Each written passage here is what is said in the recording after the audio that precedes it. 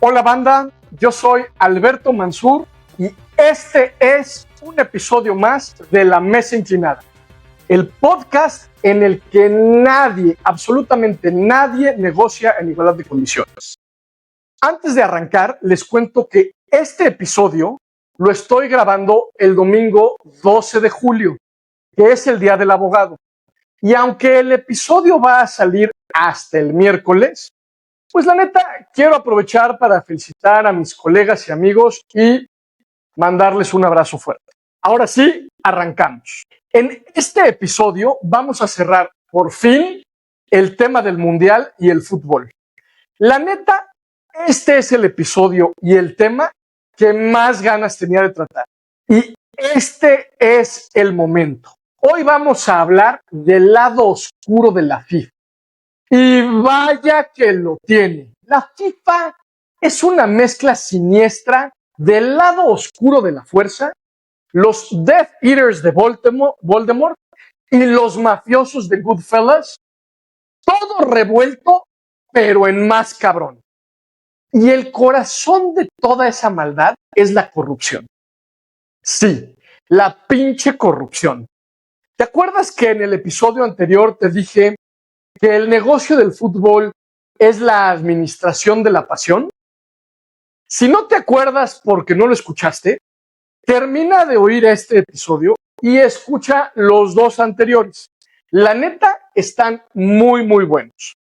Y si sí los escuchaste y no te acuerdas, te explico de nuevo. Llega un día en la vida de todo niño o niña que escoge un equipo de fútbol. Nadie sabe bien a bien cómo es que lo escoge. Es una especie de magia parecida al sombrero mágico de Hogwarts.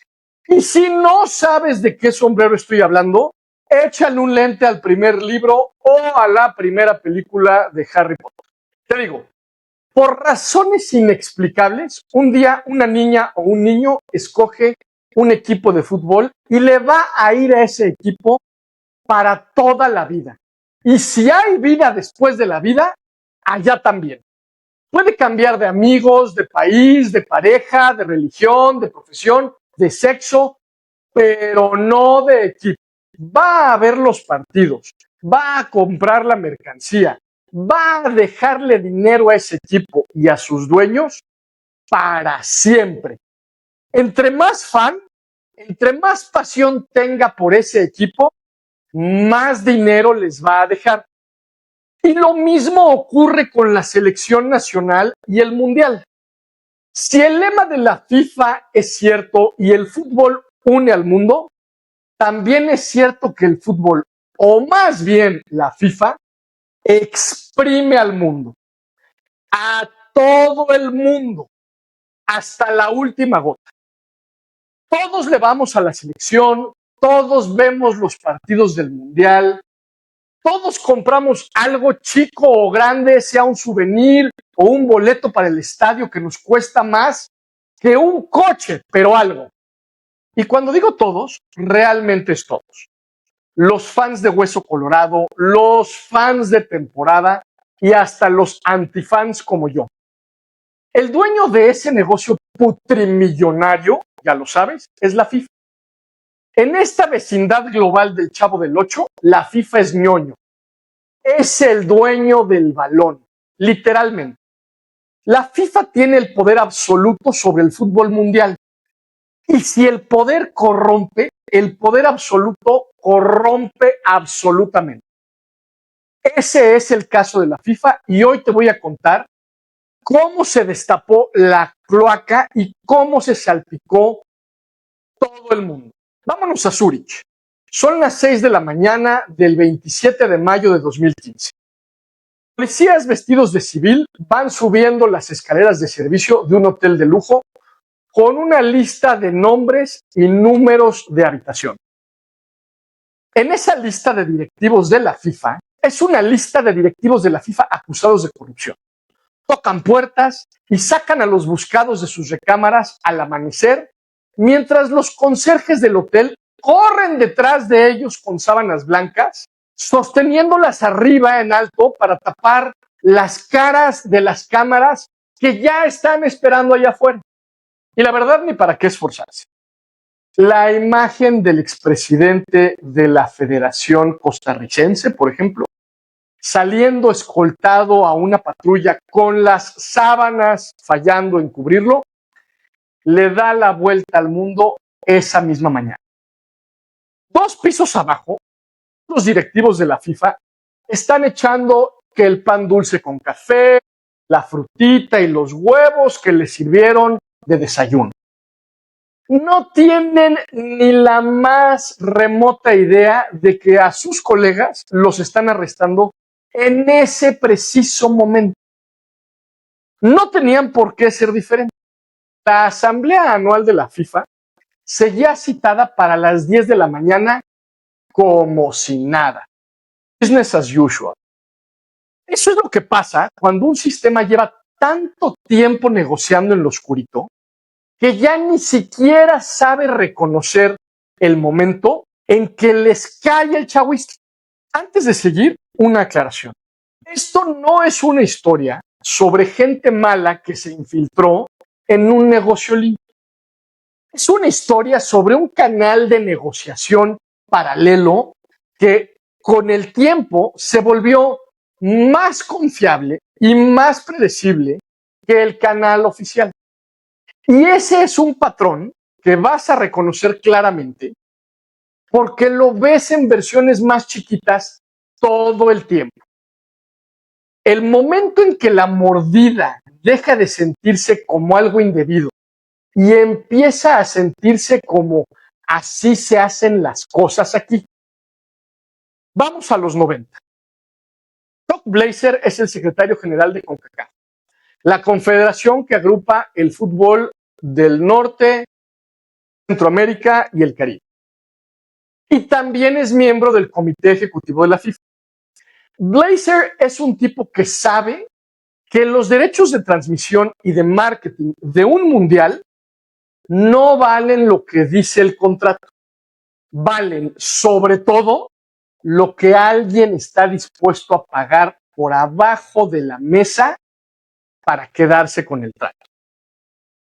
Durante más de 20 años, Blazer operó sin siquiera un contrato por escrito con CONCACAF. Y una auditoría interna después determinó que se embolsó, hay más o menos, $15 millones en comisiones. Dinero que además nunca declaró al fisco de Estados Unidos, donde vivía.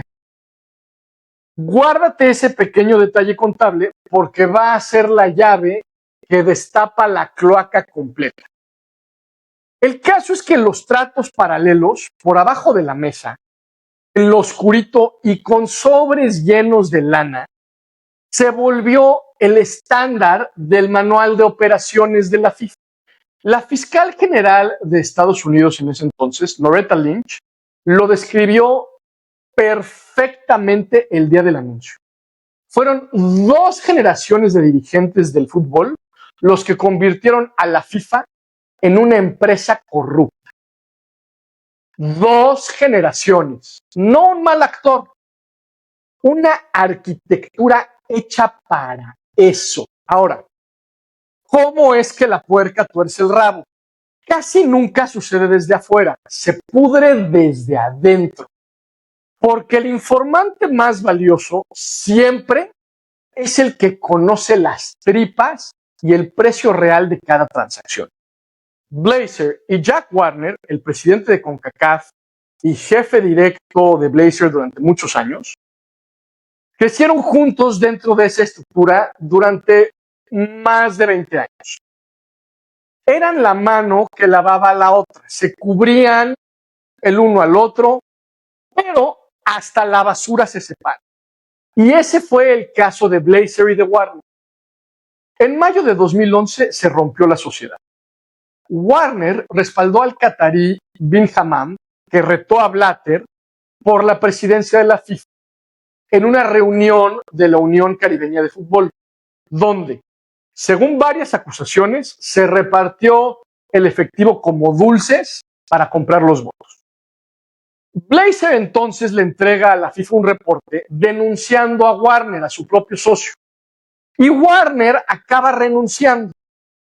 Poco después se filtra un video en el que aparece defendiendo el esquema frente a sus delegados en Trinidad, con esa frase que quedó para la historia: si tú eres piadoso, abre una iglesia.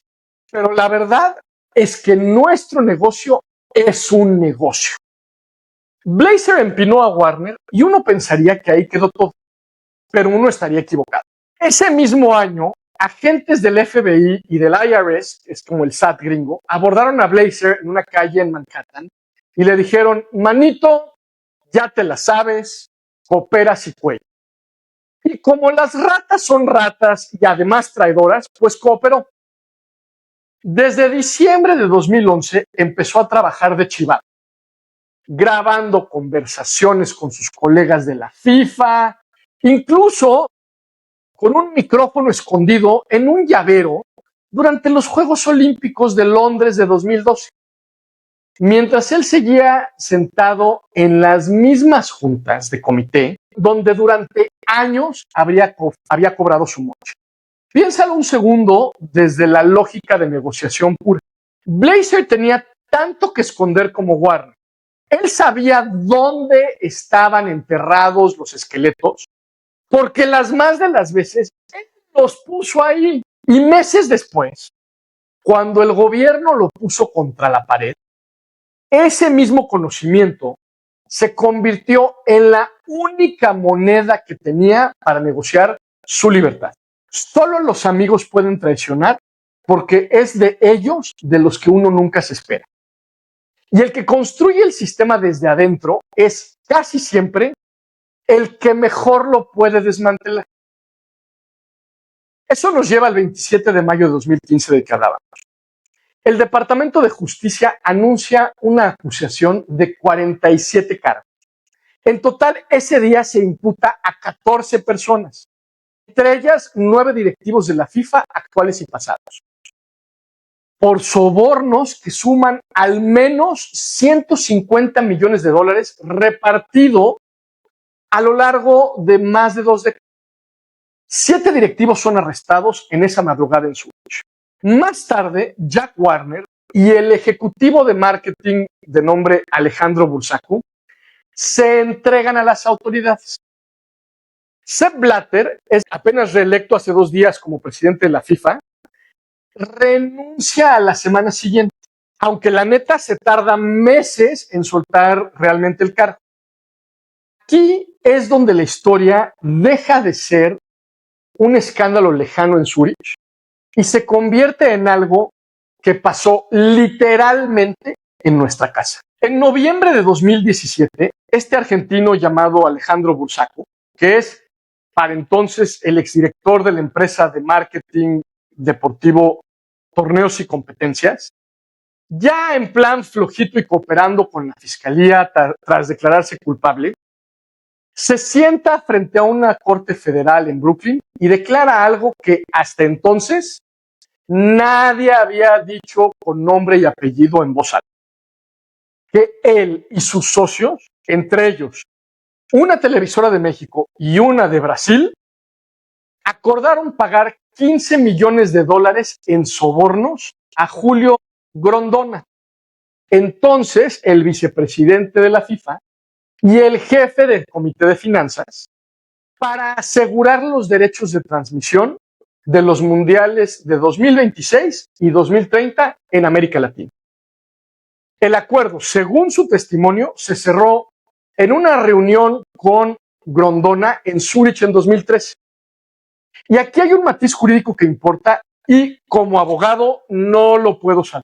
La televisora fue mencionada en ese testimonio, pero no fue acusada penalmente en ese juicio ni en ninguno. Los que estaban en el banquillo de los acusados eran 3 dirigentes sudamericanos. La empresa negó haber actuado mal, pero el testimonio dejó una mancha que le iba a costar muy caro. En febrero de 2023, ya casi 10 años después de que estalló el escándalo original, la televisora acordó pagar hasta 95 millones de dólares para resolver una demanda colectiva de sus inversionistas quienes alegaban que la empresa había inflado artificialmente el precio de sus acciones al haber ocultado cómo había conseguido esos derechos. El pago fue un acuerdo, no una condena judicial. La empresa siempre ha sostenido que no obró mal. Y todavía hay una tercera capa más incómoda y más cercana a casa. Una filtración de reportes bancarios reveló transferencias por más de 13 millones de dólares salidas de la Federación Mexicana de Fútbol hacia directivos que ya estaban siendo procesados en Estados Unidos por el FIFA Gate. El presidente de la Femex Food de entonces tampoco nunca fue acusado formalmente. Y aquí está uno de los detalles que quiero subrayar con honestidad y con sus matices, porque es el corazón de la lección de hoy. Ese señor anunció su salida de la presidencia de la Femex Food el 25 de mayo de 2015, apenas 2 días antes de que estallara el escándalo de Zurich. 2 días. Ahora, seamos precisos, no desapareció esa misma tarde. Dijo de pretexto la vieja confiable de siempre, ya sabes, motivos personales. Dijo que quería pasar más tiempo con su familia y entregó formalmente el cargo hasta agosto y se quedó incluso como presidente honorario para organizar el Congreso de la FIFA en México en 2016. Y se quedó también como vicepresidente de la CONCACAF. Años después, cuando le preguntaron por las transferencias de la Femex Food, él respondió que estaba fuera del fútbol desde 2016 y no quiso aclarar nada. No sabemos, y es importante decirlo, qué sabía ni qué fue exactamente cuando se fue. Pero el patrón de negociación está dibujado perfecto. Él anunció su relevo con una historia personal de siempre, justo antes de que les cayera el chahuizle sobre el sistema. Si el que se mueve no sale en la foto, este señor se movió más rápido que Flash. Vamos a poner esto sobre la mesa inclinada, literalmente. Porque hay algo aquí que le sirve a cualquiera que negocie, no solo a quien negocia fútbol. Primero, la corrupción sistémica, paradójicamente, es a veces más negociable que la corrupción esporádica o temporal. ¿Por qué? Pues porque genera previsibilidad. Todos conocen la tarifa y el riesgo se reparte entre muchos, y romper el código, delatar y negarse a pagar, termina costando más que simplemente pagar lo que te están pidiendo. Eso es lo que sostuvo el sistema de la FIFA durante más de 20 años. No el miedo, sino la certeza compartida. Segundo es la asimetría de información, que fue, en este caso, más valiosa que el dinero mismo. Chuck Blazer no tenía poder porque tuviera mucha lana. Tenía poder porque sabía cuánto había costado cada voto del comité ejecutivo y quién lo había recibido. Ese conocimiento fue su verdadera moneda de cambio con el FBI, no las cuentas que acabó entregando. Tercero, y este va directo para cualquiera que hoy esté cerrando un contrato de intermediación o un fee de asesoría o una comisión que suena razonable en papel. Este es el vehículo favorito para lavar un soborno y no una maleta de efectivo. Es un contrato de marketing perfectamente legal, con un fee perfectamente explicable, que resulta ser la puerta de entrada a una exposición legal que nadie calcula y que te puede explotar en la cara. Y cuarto, el que más me interesa a mí como abogado, que ha estado en más de una sala donde alguien decide si se pelea o se retira, comparen la estrategia de salida del mexicano con Blatter. Uno anunció su relevo con una historia personal justo antes de que tronara la bomba. Y hoy, sin haber sido acusado, es apenas una nota al pie de página en la historia del escándalo. El otro se religió como presidente de la FIFA en plena crisis. Se aferró al cargo. Insistió públicamente: yo sigo siendo el presidente aunque esté suspendido. Y terminó con su nombre fundido para siempre con la palabra corrupción. Además de una prohibición de la propia FIFA para ejercer cualquier cargo en el fútbol.